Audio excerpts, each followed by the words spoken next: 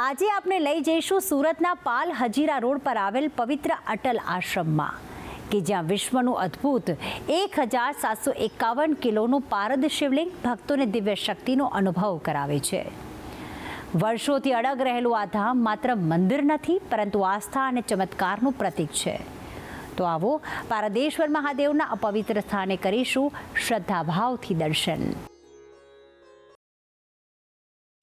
શિવજી એટલે સમર્પણની ભાવના, બીજાનું સારું કરવાની ભાવના. શંકર ભગવાનના તમામ કર્મો માનવ જીવનને ઘણો બધો બોધપાઠ આપનારા સાબિત થયા છે. એ પછી સમુદ્ર મંથન સમયે હળાહળ વિષ પીને નીલકંઠ કહેવડાવવાની વાત હોય, અથવા તો એક લોટા જળથી જ રીજીને એક સરળ પરંતુ નિર્મળ સ્વભાવની વાત હોય. અને આ જ સરળ સ્વભાવના કારણે તો શંકર ભગવાન ભોળાનાથ કહેવાય છે. સ્વયંભૂ શિવલિંગ સિવાય જે કોઈ લિંગનું નિર્માણ કરીને તેની પ્રાણ પ્રતિષ્ઠા કરવામાં આવે છે, તેમાં અલગ અલગ ધાતુઓનો ઉપયોગ થાય છે, અથવા તો અલગ અલગ પથ્થરોનો ઉપયોગ થાય છે. પરંતુ આ તમામમાં પારદ ધાતુમાંથી બનાવેલ શિવલિંગ એ શક્તિનો સ્ત્રોત કહેવાય છે અને સર્વસિદ્ધિની પ્રાપ્તિ કરનારો કહેવાય છે, જેનો ઉલ્લેખ પુરાણોમાં પણ છે. રસલિંગમ મહાલિંગમ શિવશક્તિ નિકેતનમ લિંગમ શિવાલયમ પ્રોક્ત સિદ્ધિદમ સર્વદેહીનામ.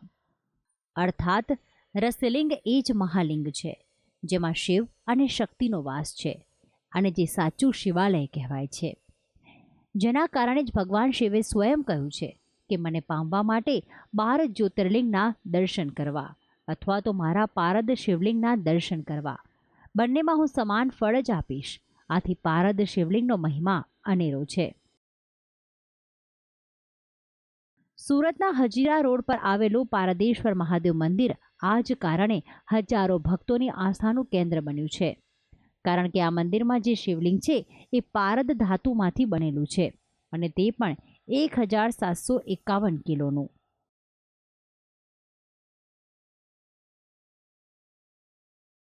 શાસ્ત્રોમાં પણ પારદ શિવલિંગનું ઘણું જ મહત્વ રહેલું છે.